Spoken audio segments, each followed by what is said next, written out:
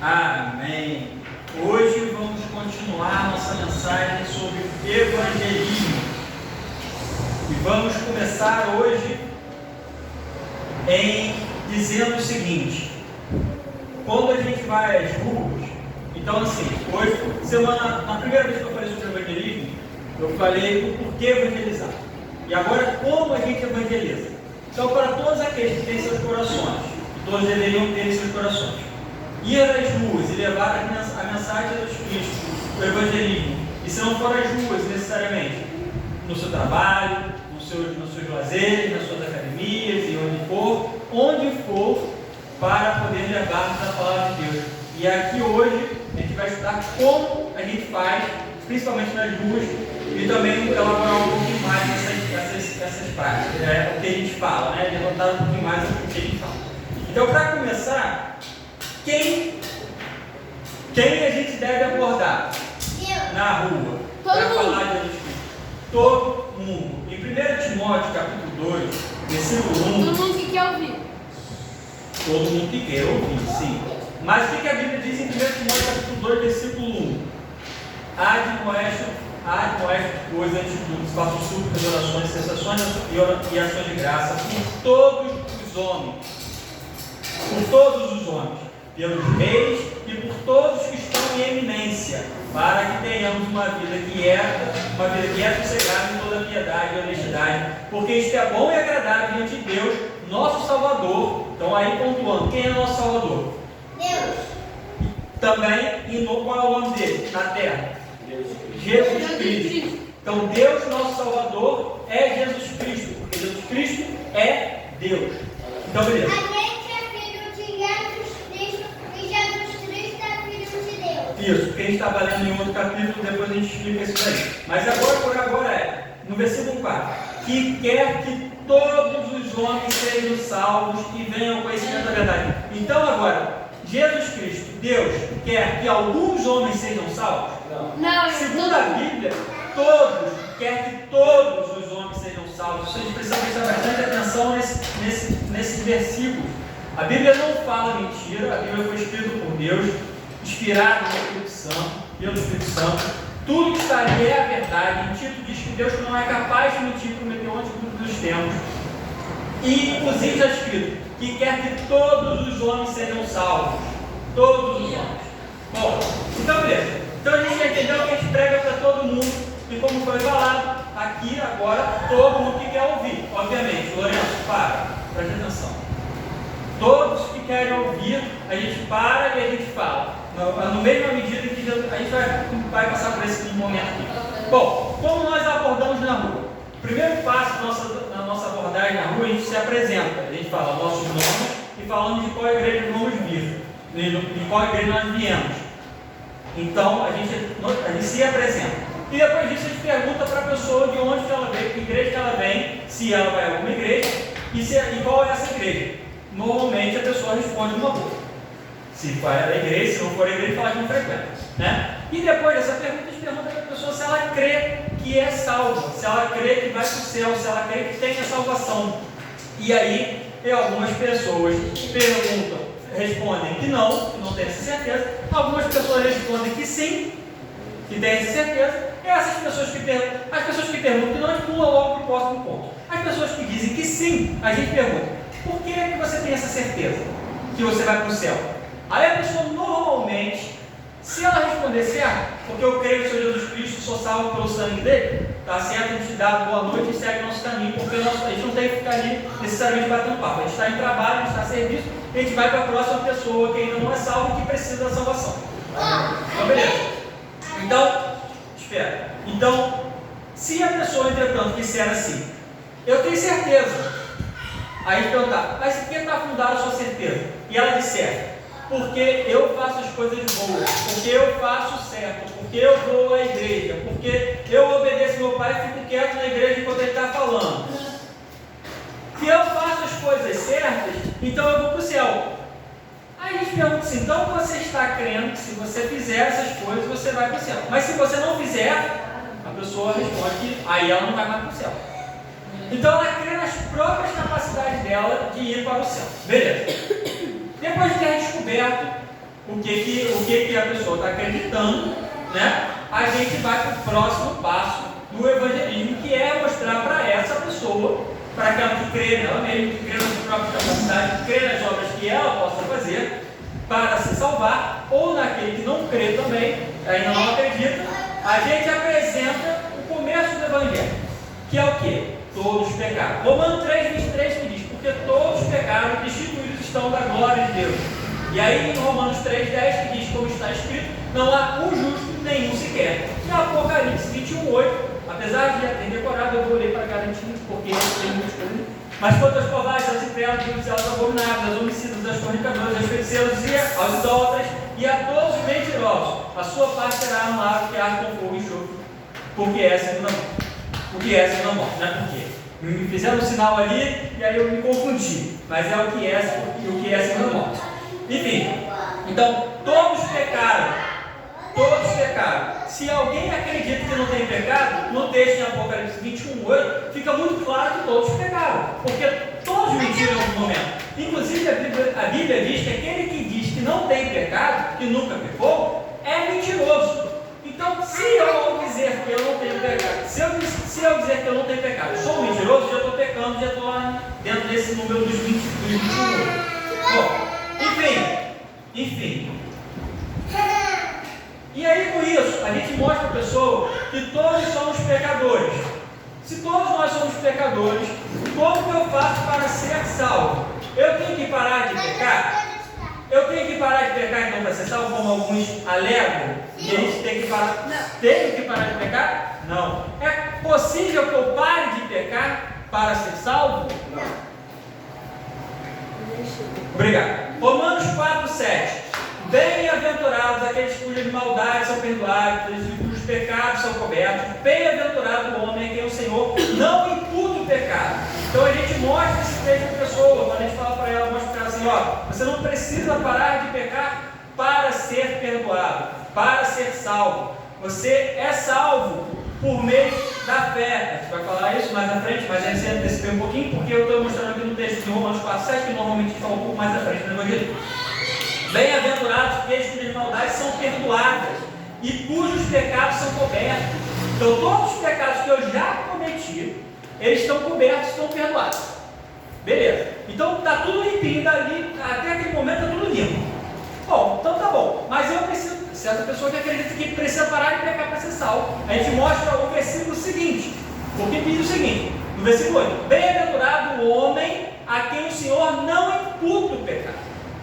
Por que bem-aventurado o homem a quem o Senhor não imputa o pecado? Porque se ele imputasse o pecado, voltaríamos para a condição passada, onde não há um justo nenhum sequer. Todos pecam. Nós pecamos o tempo todo. Espero que não o tempo todo, mas enfim, eles vão pecando cada vez menos, mas vão pecar. Nós vamos continuar pecando até quando Jesus Cristo voltar. E aí, beleza, nós vamos estar reunidos com Jesus Cristo, recebendo novos corpos, e aí sim paramos de pecar. Mas até lá, pecaremos. Graças a Deus, bem-aventurados nós somos, não pela nossa própria capacidade, mas porque Deus nos abençoa de tal maneira que Ele não imputa mais o pecado ao nosso nome no livro da vida. Ele não está lá marcando, José Renato fez tal pecado no dia tal de 2025. Hoje a gente está em 2023, por exemplo. Eu estou falando 2025. Não tem mais isso. Eu não tenho mais essa preocupação, eu não tenho mais esse medo. Que Deus vai imputar qualquer coisa ao meu nome no livro da vida. Eu estou limpinho. Seja antes, seja depois, em todos os momentos de tempo. Enfim. Bom, agora, eu sou capaz de não pecar mais? Não. Vocês são capazes de não pecar mais? Não. Não, nossa carne continua pecadora. Em Romanos 7, versículo 14 diz: nossa carne continua pecadora, mas os pecados não são imputados. Mas vamos entender um pouco mais além disso. Então, Romanos 7,14 diz: porque bem sabemos que a lei é espiritual, mas eu sou carnal, vendido sobre o pecado. Isso é Paulo falando que ele é carnal. A gente gosta de usar esse versículo, inclusive, para poder mostrar, porque tem alguns crentes por aí, que, por exemplo, Paulo Rocha, que diz que não existe essa coisa de crente carnal. Só que Paulo está claramente dizendo, com todas as letras, que ele é carnal. E aí, o que você faz com isso? Arranca a parte mística esse versículo aí, bota assim, aquele, igual no WhatsApp dá para riscar a palavra, risca carnal, que daí você consegue sair mesmo dessa história. Bom, versículo 15, porque o que faço não aprovo, pois o que quero, isso não faço, mas o que aborreço, isso faço. E se faço o que não quero, consinto com a lei que é boa, de maneira que agora já não sou eu que faço isso, mas o pecado que habita em mim. Então o pecado habita em nós, na nossa carne. Ele vai falar isso mais à frente.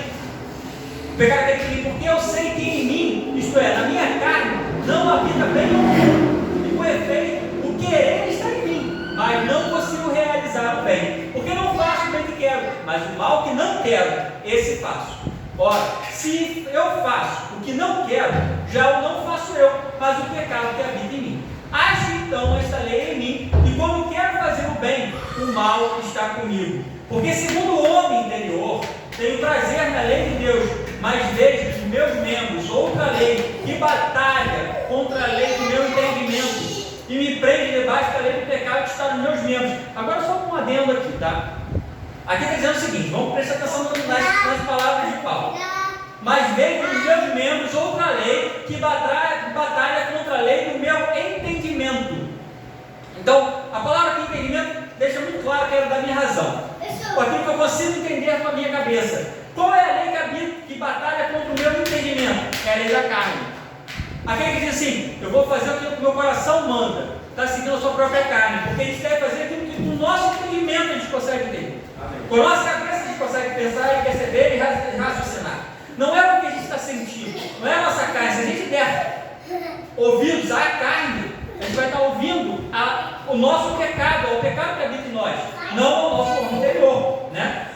Bom, enfim, só para poder dar esse adendo. Agora, deixa eu me achar aqui de novo. Aqui, o meu texto. Miserável homem que eu sou, quem me livrará do corpo desta morte? Dou graças a Deus por Jesus Cristo, nosso Senhor, assim que eu mesmo, com entendimento, sirvo a lei de Deus, mas com a carne, a lei do pecado. Aquele que segue a carne vai servir a lei do pecado, e aquele que segue a lei, com entendimento, vai servir a lei de Deus, que é espiritual. A carne não pode alcançar essa lei. Bom, quando a gente está nas ruas e quando a gente aborda alguém e essa pessoa fala que é justificada pelas próprias obras, Lourenço, senta, vai ao banheiro. Quando a gente está nas ruas e alguém fala que é justificado por aquilo que faz, tem uma pergunta que eu faço normalmente, então eu falo assim, então beleza, então você tem que parar de pecar para poder ir para o céu. Aí você pergunta para a pessoa assim, qual pecado você não pode cometer então? Qual pecado dentro da lei de Deus que você não pode cometer para você ser justificado para ir para o céu? Normalmente a pessoa não sabe o que dizer. Isso é normalmente, a pessoa não vai saber o que dizer. Já ouvi algumas respostas como os 10 mandamentos. Aí eu perguntei para a pessoa, então me diz os 10 mandamentos. Não sei. Mas, como assim? Então a pessoa falou que é salva porque faz as coisas que Deus manda. Aí você pergunta, quem que manda então que é fácil para você ser salvo? E aí fala os 10 mandamentos. Quais são os 10 mandamentos? Não sei. Não faz sentido nenhum. Vai ver.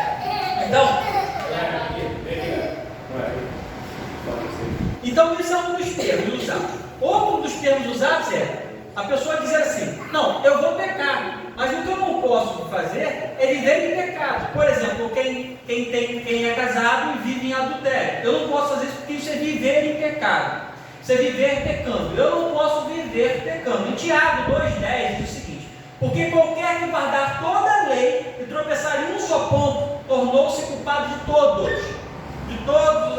os pontos da lei. Porque aquele que disse, não cometerás adultério, também disse, não matarás.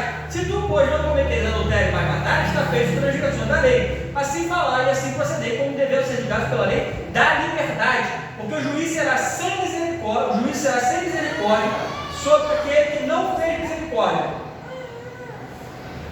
E a misericórdia triunfa do juízo. Então, o juízo será sem misericórdia sobre aquele que não fez misericórdia, e a misericórdia triunfa do juízo. Ou seja, ser julgado, devemos agir, proceder como devemos ser julgados pela lei da liberdade. Por quê? Porque a gente não deve ser julgado, a gente não deve falar para outro que ele vai ser julgado por aquilo que ele faz. Mas ele vai ser julgado por ter crido em Jesus Cristo como seu Salvador de suas vidas e recebido a justificação pelo sangue de Jesus. Ou seja, é pela lei da liberdade que há em Cristo. Porque quando a gente vive com Cristo, a gente é liberto do poder do corpo do pecado. A gente é morto por esse corpo e a gente vive agora para Cristo. A gente vai ler isso um pouco mais à frente. Gálatas 3:10 é o seguinte: todas aquelas coisas que são das obras da lei estão debaixo da maldição, porque está escrito: maldito todo aquele que não permanecer em todas as coisas que estão escritas no livro da lei, para fazê-las. E é evidente que pela lei ninguém será justificado diante de Deus, porque o justo viverá pela fé. Bom, então a gente entendeu que o justo viverá pela fé. Por quê? Porque pela lei da carne, pela lei de Deus, pelos mandamentos de Deus ali, para o que deveríamos fazer, ninguém se salvará, porque ninguém conseguiria manter toda a lei. Ninguém conseguiria guardar toda a lei, de sorte que a lei é apenas para prova de que nós não somos capazes de nos salvar. Para isso serve a lei, para poder expor a nossa incapacidade de sermos santos, puros, perfeitos, sem Deus, sem Jesus Cristo. Nós somos salvos pela lei de Deus, pela graça de Deus, pela lei de Deus no sentido da lei da liberdade de Deus, que é Jesus Cristo, que foi que nos deu essa graça imerecido, favor imerecido. Bom, alguns alegam que tem que se arrepender dos pecados toda vez que pecar. Isso é nas ruas, a gente vai encontrar com esse tipo de versículo, com esse tipo de debate na rua. Então, se a gente acredita que a gente vai estar na rua, a gente fala assim: ó, não pode pecar. E a pessoa, eu não vi a hora que a gente começou. Se a pessoa disser assim, uma dessas possibilidades de resposta é essa. Uma delas é essa: aqueles que dizem que eu tenho que me arrepender dos meus pecados. Toda vez que eu pecar, eu tenho que me arrepender dos meus pecados. Aí vem o pastor Francisco normalmente usa o exemplo seguinte: um irmão em Cristo, ele uma vez olhando na placa, na rua, observou uma coisa que distraiu-o. E no momento da distração, ele foi multado. E aí, só que isso era pecado. Isso que distraiu ele era pecado propriamente dele. E aí, se o que o pastor Francisco normalmente aponta é: então beleza, se ele ao invés de ter sido multado, tivesse sido morto, tivesse batido com o carro e morrido, o que aconteceria? Ele teria pedido perdão e também aponta para o ladrão na cruz, que não teve tempo de se arrepender de seus pecados. Ele foi salvo no ato em que ele creu no Senhor Jesus Cristo, e porque assim é. Mas ainda assim, para poder ilustrar um pouco mais sobre isso, em Hebreus capítulo 6, versículo 4 diz o seguinte: porque é impossível que os que já uma vez foram iluminados e provaram o dom celestial e se tornaram participantes do Espírito Santo e provaram a boa palavra de Deus e os poderes do século futuro e recaíram, sejam outra vez renovados para arrependimento. Pois assim como a eles, de novo, crucificam o Filho de Deus e os põem ao vitupério. O que é então? Toda vez que a pessoa peca, ela se arrepende, e aí volta, e aí vai, e aí vem. Ela está colocando Jesus Cristo toda hora na cruz de novo? Não. O sangue dele não foi suficiente, ele ter morrido uma vez, não foi suficiente para salvar ela de todos os pecados que ela cometeu de uma vez e por todas? Ou ele fez um sacrifício que era imperfeito? Muito pelo contrário, irmãos. Jesus Cristo fez um sacrifício perfeito. Ele pagou tudo para todo aquele que nele crê, de uma vez só. Então não precisa de ficar se arrependendo dos nossos pecados toda vez, porque senão, conforme a Bíblia diz, estaríamos celebrando o pecado com isso. Qual a punição para nossos pecados? Sermos salvos de quê? Qual deveria ser nosso pagamento? A gente já viu isso, então eu não vou me estender muito nesses capítulos, mas como a gente viu lá em Apocalipse 21:8, a segunda morte, o lago que arde com fogo e enxofre, em Romanos 6:23, porque o salário do pecado é a morte. Então, para todo aquele que peca e que não se arrepende, se arrepender de não crer em Jesus Cristo como Senhor e Salvador das suas vidas, não é salvo com isso. Para todo esse, a morte, o lago que arde com fogo e enxofre, que é a segunda morte. Bom, quem pagou o preço dos nossos pecados, conforme a gente viu até aqui e agora, foi Jesus Cristo, Romanos 5:8, mas Deus prova o seu amor em que Cristo pagou o preço, sendo nós ainda pecadores. Vou lá porque eu acho que eu falei errado, mas eu vou nós. Pagou o preço por nós, né? Sendo nós, morreu por nós, sendo nós ainda pecadores. Mas Deus prova o seu amor para conosco em que Cristo morreu por nós, sendo nós ainda pecadores. Jesus Cristo pagou o preço por nós. No todo, o versículo, por mais que eu tenha errado as palavras, estava certo. Mas é importante que a gente leia os versículos. A gente nas ruas leva a Bíblia e mostra para as pessoas, faz com que a pessoa própria leia. Porque a fé vem pelo ouvir e o ouvir pela palavra de Deus. Não vem porque eu tenho um rosto barbudo, não vem porque a gente está de terno e gravata, não vem por nada disso. Vem pela palavra de Deus. Então é importante que ela olhe o texto. A gente faz questão de dizer para a pessoa: é palavra minha ou está escrito? Você está lendo isso? É a palavra de Deus que está dizendo, não sou eu que estou dizendo. É Deus. Exatamente.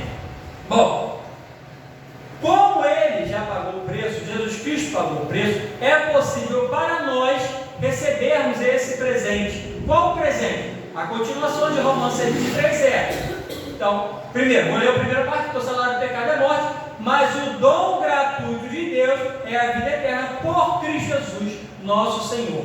O presente de Deus é a vida eterna. Em João 14,6 diz: disse Jesus, eu sou o caminho, a verdade e a vida. Ninguém vem ao Pai senão por mim. Jesus Cristo é o caminho, Ele é a verdade, Ele é a vida eterna. A gente recebe esse presente na medida que a gente faz o quê? Atos 16, 30 e 31. Atos 16, 30 e 31. E tiramos para fora de Senhores, o que é necessário que eu faça? Que eu faça para ser salvo por alguém.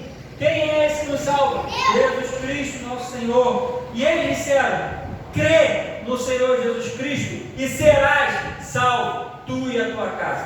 Então, qual é a única condição para que sejamos salvos? Jesus Cristo. Crer no Senhor Jesus Cristo e serás salvo, tu e a tua casa. Naquele caso ali, especificamente, por conta desse carcereiro, ir à casa dele e levar a palavra, e o texto diz que depois que todos creram na casa dele, todos foram batizados e salvos. Por isso diz todos na sua casa. Enfim. Bom, o que significa crer? Em Hebreus 11:1, a palavra de Deus diz: ora, a fé é o firme fundamento das coisas que se esperam e a prova das coisas que não se veem. Então, crer é ter fé. Ter fé em quê? Em algo que a gente não vê. Em algo que a gente não vê, mas a gente espera. Eu espero que eu serei salvo por Jesus Cristo e não pelas minhas próprias capacidades. Se eu acreditar em mim, posso ter certeza que eu vou para o inferno. Mas se eu acreditar em Jesus Cristo, eu estou justificado pelo sangue dele. Em João 20, 27 diz o seguinte: João 20, 27. Depois disse a Tomé: põe aqui o teu dedo e vê as minhas mãos, e chega a tua mão e põe-na do meu lado, e não sejas incrédulo, mas crente. Ou seja, não seja aquele que não acredita, mas acredite. E Tomé respondeu e disse: Senhor meu e Deus meu. Porque Jesus Cristo é Senhor, Jesus Cristo é Deus. Então ele disse, reconheceu, ele creu em Jesus Cristo, que ele é Deus ali, que poderia salvá-lo. Ele creu naquele momento, trocando em Jesus Cristo, vendo Jesus Cristo, ele creu. E disse Jesus depois: disse Jesus, por que me viste, Tomé? Creste? Bem-aventurados os que não viram e creram. Agora, a gente vai ver a Jesus Cristo aqui, agora, na carne. Quando ele voltar, sim, mas eu digo agora. A gente vai ver Jesus Cristo na carne? Não. Mas nós podemos crer? Sim, porque nós cremos naquilo que Deus deixou para a gente, que é a Bíblia. A palavra de Deus permanece para todos sempre, passa de geração em geração, e não vai se perder em momento algum, porque quem a preserva é o próprio Deus. Então, a gente tem isso aqui para a gente crer hoje, olhar para isso, ler, entender o milagre que é essa Bíblia chegar nas nossas mãos hoje. A gente tem a palavra de Deus nas nossas mãos por milagre, pelo poder de Deus, que preservou ao longo de toda a história do mundo, para chegar a gente hoje. E por ela, por meio da palavra de Deus, a gente é capaz de hoje olhar para ela e crer, mesmo sem ter visto Jesus Cristo, mesmo sem ter visto sinais e prodígios e maravilhas que Ele fez no meio do povo. A gente é possível crer pela fé que a gente deposita nele, que é, ora, a fé é o firme fundamento das coisas que se esperam e a prova das coisas que não se veem. A gente não pode ver, a gente crê.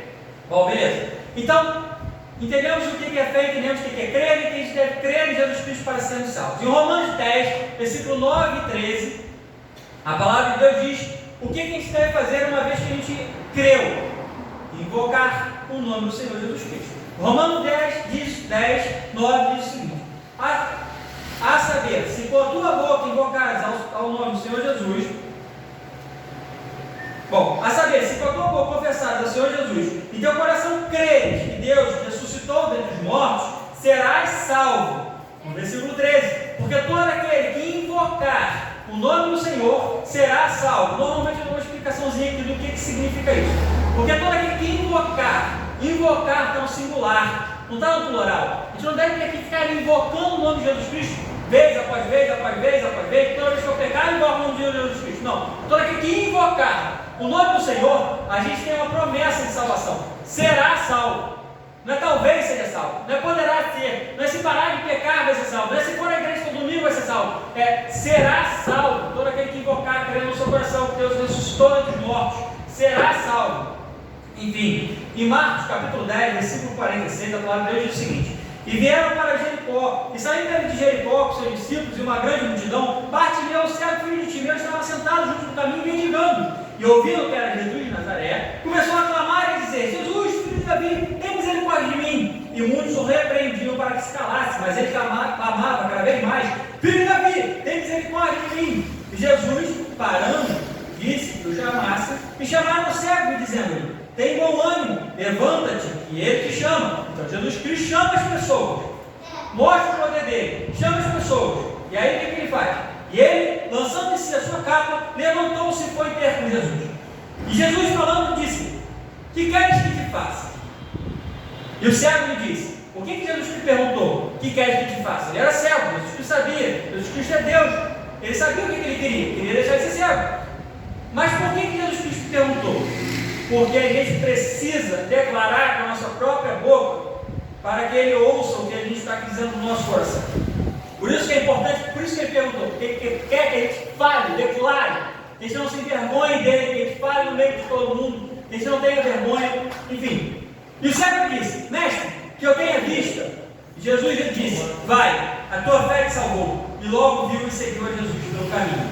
Então, aqui está o plano de salvação completo, em ilustração, em alegoria, em parábola. Jesus disse: vai, a tua fé te salvou. E logo viu e seguiu a Jesus pelo caminho. Então ele viu, ele foi salvo, assim como nós podemos ver à medida que a gente é salvo por Jesus Cristo. E seguirmos a Jesus pelo caminho. Depois de salvo, tem alguma coisa que a gente deve fazer, que é seguir a Jesus Cristo pelo caminho. Bom, deixa eu ver aqui, tem muita coisa aí na maneira. O pessoal está apagando. Enfim, vou tentar adiantar. O que acontece com aqueles que creem em Jesus? Deixa eu ver se eu acho que eu vou ler. Bom, a gente deve fazer algo mais para sermos salvos. Em Efésios 2, 8 e 9 diz: porque pela graça sois salvos por meio da fé. Isso não vem de vós, é dom de Deus, não vem das obras, para que ninguém se glorie. Muito bem, não vem das obras, não vem de nada que a gente faça. A salvação é por meio da fé. Romanos 11,6 diz: mas se é por graça, já não é pelas obras. De outra maneira, a graça já não é graça. Se porém é pelas obras, já não é mais graça. De outra maneira, a obra já não é obra. Então, se a gente é salvo pelas obras, já não é pela graça. Para a gente ser salvo, se a gente está dizendo que a gente é salvo pela graça de Jesus Cristo, a gente não pode dizer que a gente tem que fazer qualquer coisa para merecer essa salvação. A salvação é de graça. É ou não é? Se é de graça, não pode ser cobrado o preço. Se é de graça, não pode ser cobrado de mim qualquer obra. Porque se é de obra, já não é mais pela graça. Não é assim que a palavra de Deus nos ensina?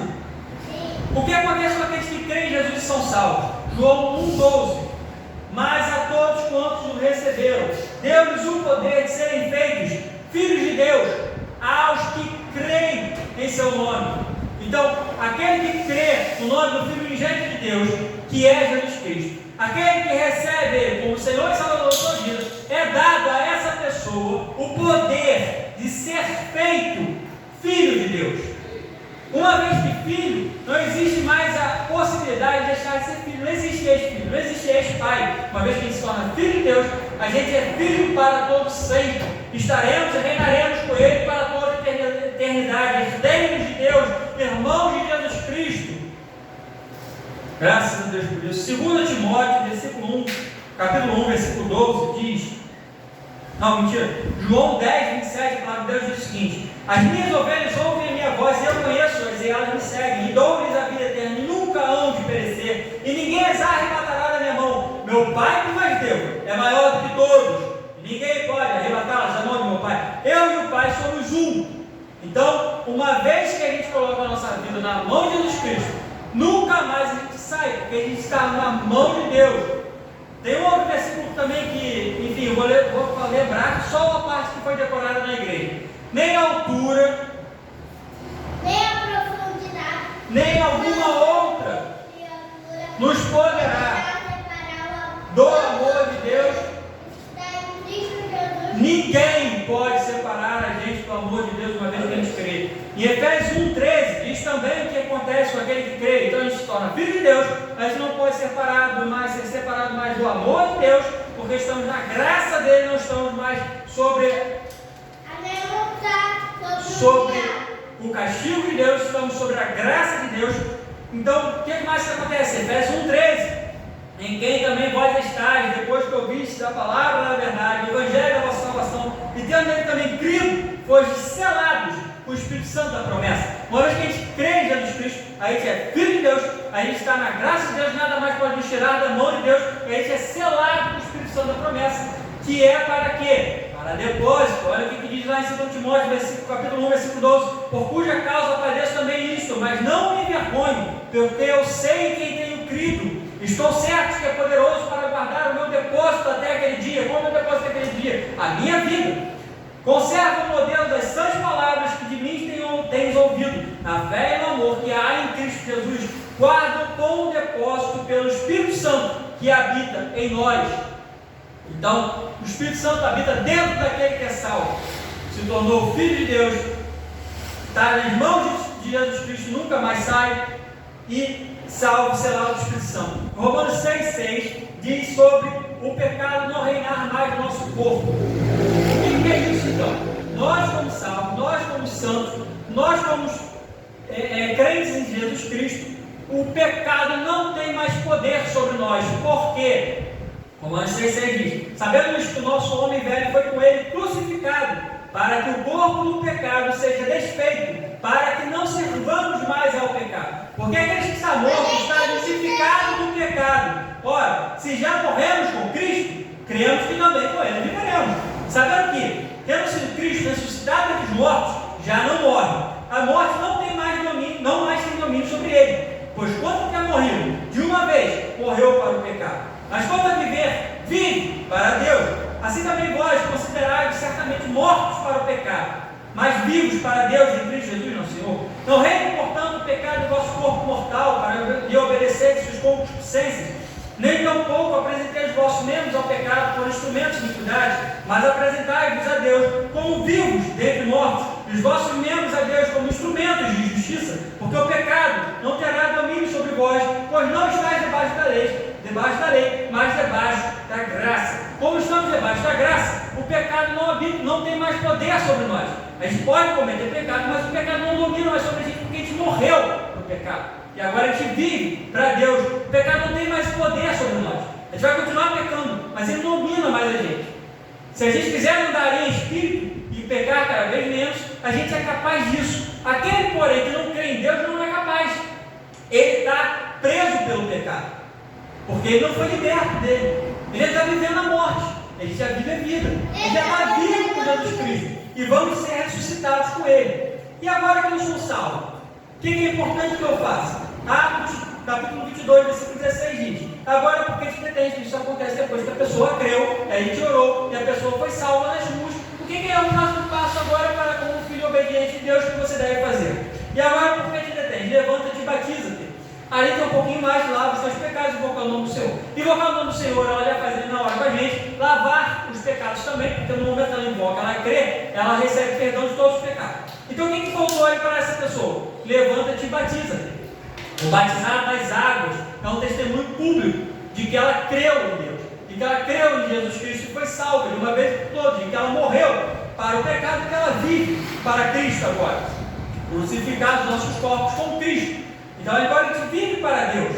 Então o batismo, o batizar nas águas, é a imersão nas águas, por isso que você imerge totalmente, porque você morre e nasce de novo. a representação clara para a gente, que diz na Bíblia ali também, em 1 Coríntios capítulo 11, se eu não me engano, 7, 11, se eu não me engano, que diz que nem o homem é sem mulher, nem a mulher é sem um homem, nem o homem é sem mulher, porque um vem no outro. Nós, mesmo nós homens, nascemos de alguma mulher hoje. Por isso que a Bíblia diz isso naquele versículo ali. Porque nós nascemos de alguma mulher, né? Além de, claro, evidentemente, da questão espiritual, porque também fala sobre, por exemplo, a mulher que deu à luz ao filho, o homem, que é Jesus Cristo Salvador, em Apocalipse 21, ou Apocalipse 12, que fala sobre a mulher lá que deu à luz ao Salvador, né? Enfim, e também fala de Eva, né, nesse caso. Então, tem algumas pessoas que têm de Eva, tem algumas pessoas que têm.